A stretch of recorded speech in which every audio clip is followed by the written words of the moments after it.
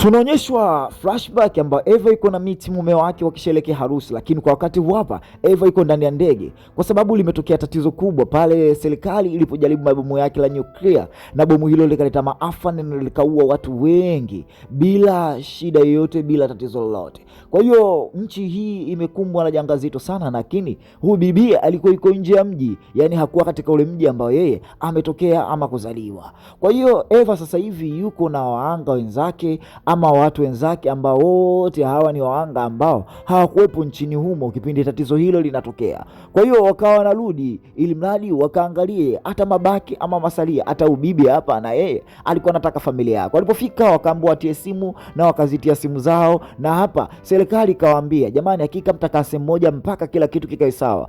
Huyu dada akamwambia, pia mimi nataka nikaone familia yangu, hata mimi mwenyewe ni daktari, ndio maana nilienda huko nchini Australia kwenda kufanya huduma zote za kiafya. Mwanajeshi huyu akamwambia hilo jambo haliwezekani na wala halitakuwa. Hakika wote inabidi mkae sehemu moja kwanza, kwa sababu hawa watu waliopata maafa hayo ya hilo bomu la nyuklia wanabadilika baadaye, wanaamka tena kurudi katika uhai na kuwa viumbe vya kutisha. Kwa hiyo inabidi nyote mkae kwa kutulia, mkae kwa kutulia, msikae kwa kucheza, kwa sababu ni hatari kwetu sisi, ni hatari kwenu nyinyi nyote. Eva anafanya akumbuke zile movement yeye na mume wake. Magari haya yakaanza safari bwana kwenda sehemu maalum ambayo hawa wameambiwa kusanye miili yote kwanza ambayo imepata madhara, na mji utapokaa sawa kila mtu ataanza maisha yake upya. Basi maaskari wakaanza kuwabwaga kila mmoja ingie sehemu yake, na dada Eva alikuwa na mdada mmoja hapa, wakaendelea kukagua na miili ikaanza kupatikana, na wengine wakipiga picha hii miili ambayo imekufa ili mradi wapate utambulisho, huyu anaitwa nani, anakuwa nani, aliishi wapi, mradi hata kama kuna ndugu yake ajue kama ameonekana. Huyu jamaa anaitwa Clay, huyu mchizi yeye anafuta sigara, lakini hapa anaonekana kama kumtolea macho bibi Eva. Basi mchizi huyu alikuwa yuko pamoja na bibi Eva, lakini hapa waliingia wakamkuta jamaa amelala ama mtu tayari ameshakufa kutokana na bomu lile ambalo lilipuka ama nyuklia ile. Wakaanza kumchukua taratibu, na huku milango mingine imefungwa, wakiwa wanavunja, wakiendelea kusukuma ile mili kuitoa nje huku akitania. Lakini hapa Eva anaona picha za harusi na inamfanya kumbuke mbali, na baadaye waanga wote ama waafa wananiu wakaanza kula chakula kwa pamoja, na kwa kuwa serikali inataka kuwakusanya pamoja, mambo yaliendelea. Lakini mama huyu aliona familia yake akaanza kulia, mwanangu amka wewe, umenachana nani mimi? Lakini hapa bidada anaingia ndani anakuta kipimo cha mimba, na anakumbuka mbali kwamba yeye mwenyewe alipitia katika situation kama hizi. Dada machozi anamtoka kwa kuwa yeye hapa alipo anamkumbuka sana mumewe, na hapa amekuja ili mradi aangalie bwana wake alimwachaje, kwa sababu ndoa yake ilikuwa bado changa alafu ni mbichi. Wakiwa wanaendelea kuangalia chini ya ardhi ama chini ya floor wanakuta damu, na hapa pembeni kuna zombi tayari lishabadilika. Dada alitoka nje, lakini Clay aliita tu msaada moja kwa moja na maaskari walikuja. Huyu zombi alikuwa ni mwanamke ambaye tayari shabadilika. Basi jamaa bali kuita msaada ule waliuana, lakini hapa mchungaji aliendeleza dua ili mradi watu waendelee kuzikwa. Dada akiona maswali mengi ya kujiuliza na mambo yanaendelea, lakini dada lengo lake lote atoke hapa aende katika mji ambao alimwacha mumewe. Jamaa alipoona maji aliingia, lakini siku helicopters na mulika kuendelea kukagua. Dada hapa alikuta ramani na akachola eneo lake moja kwa moja atoke hapa mpaka nyumbani kwake. Basi ili mradi aende akamwangalie mume wake.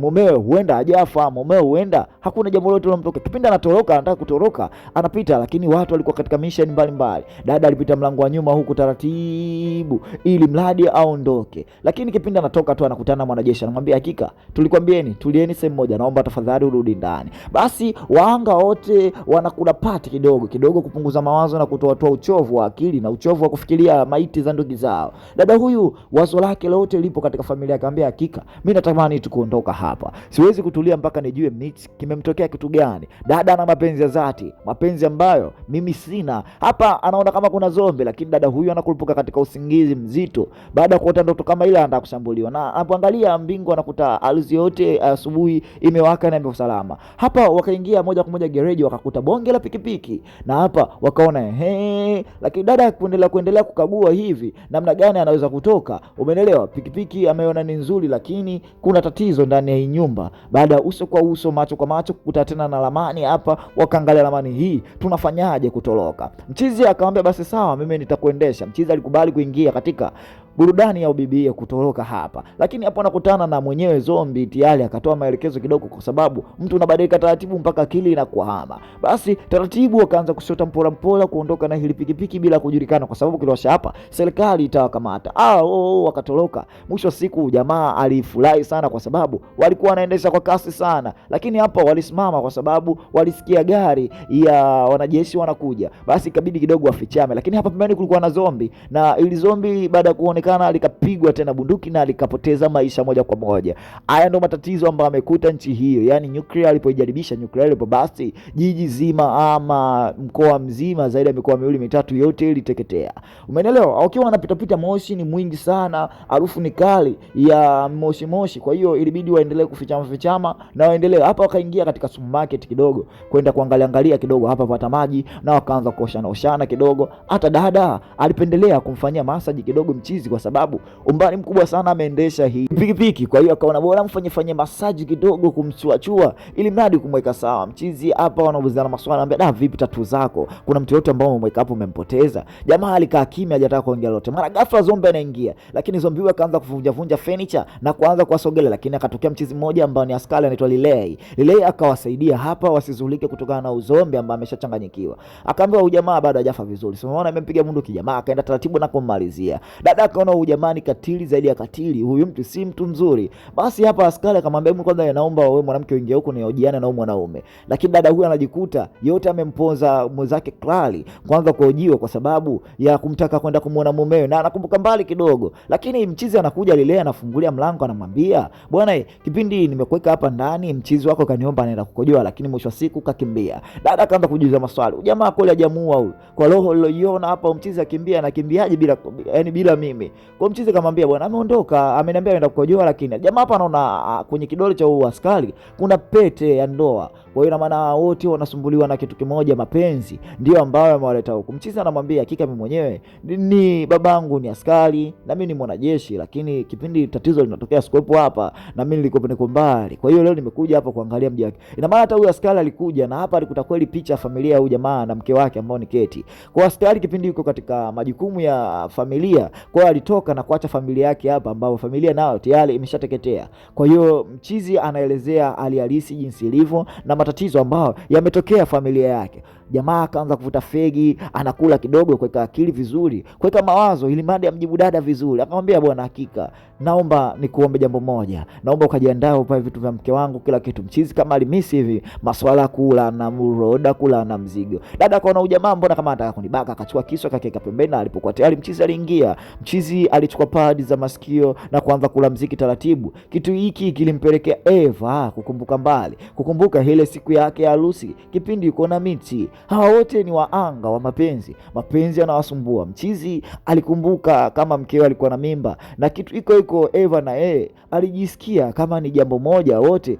Eva akasema jamani, hakika nakumbuka mbali sana na muziki unatosha, naomba zangu nikalale, ombi lako uliomba. Mchizi akataka kidogo apate vitu. Eva akaona mchizi mbona kama anataka kunibaka, ikabidi ajitetee na kumfungia mlango ndani Lilei, ili mradi Lilei asitoke. Huku anapoingia ndani humu anamkuta bidada amelala, yani tayari ameshakufa, ambao ni mke wake na mchizi.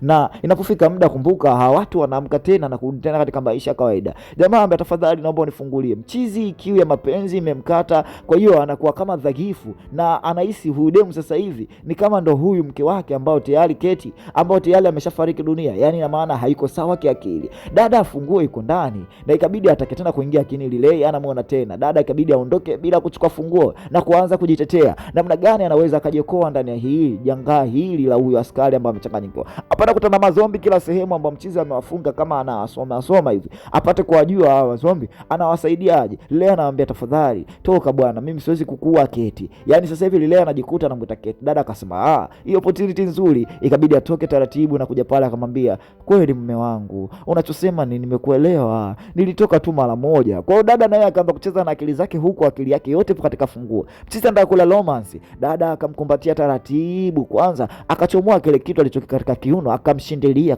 katika shingo, na mchizi akadondoka chini, na mchizi akafariki dunia, akaanza kusita. Dada alichukua gari na kuasha, anamuona yule bidada ashaamka akiwa na mtoto wake ameshikilia mimba yake. Akasema huyu sasa sio mtu, achane naye. Dada moja kwa moja mawazo alimpelekea mbali, lakini hakuwa na jinsi. So unajua tena, hata yeye kipindi ambacho anaondoka, dada aliendesha gari akaona bora ipete aloivaa aivae tena, na ilimadi aika kile yake sawa. Akashika shoka lake kwa sababu gari lishamgomea, umeelewa? Akaanza kutembea, lakini hapa anakutana na zombi kwa barabarani. Huyo zombi alipomwona dada akaanza uoga, dada akadondosha shoka na akaanza kukimbia, kaingia katika tenki moja la gari ambalo lilikuwa sharibika, lakini mnyama yule naye aliingia ndani na akataka kumzuru huyo kiumbe. Dada alipopatua alipata mtungi wa gesi hapa, na akajitahidi na akajiokoa, na alimmaliza huyo jamaa hapa. Dada alipiga kelele sana na akatoka mdogo. Hapa alikutana na gari lingine, na kwa sababu usiku ushaingia, akaona bora atoe ile mili ya wale watu walikuwa mule ndani wamekufa, na yeye akalala ndani ili madi ifike asubuhi endelee kutembea. Na hapa aliangalia meli ngapi au umbali gani kufika anapotaka yeye kufika, lakini ghafla anasikia sauti nje. Tayari wale watu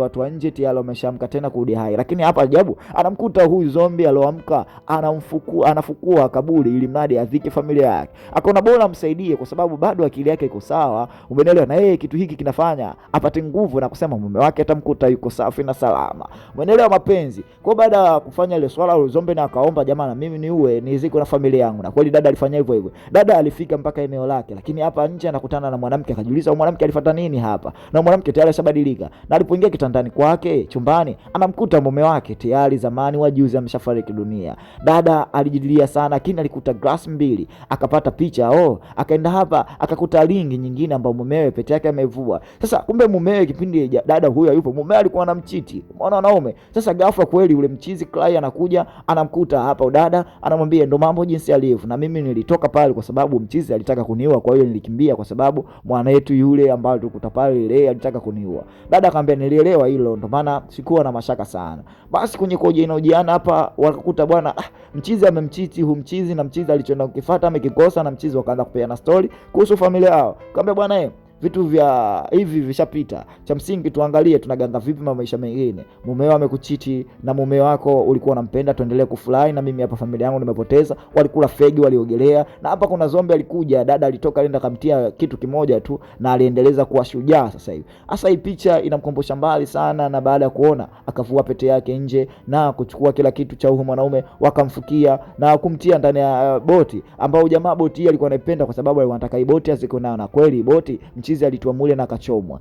Baada ya kumzika Michi na wakaanza kuondoka mdogo, hapo alikutana na ule binti ambaye alikuwa anaitwa Kate, ambaye tayari naye alipoangaliwa tu vizuri damu nyingi na akaonekana shajifungua. Wakasema ubinti tayari mbona kama hiyo? Akasikia sauti ya mtoto na akamkuta mtoto hapa tayari amezaliwa. Mwanangu Wakapinga TV, usisahau kutufollow, usisahau kusubscribe. Kama kuna jambo lolote linakukera ama unalitaka kwetu sisi Kapinga Online TV, tuambie. Chao.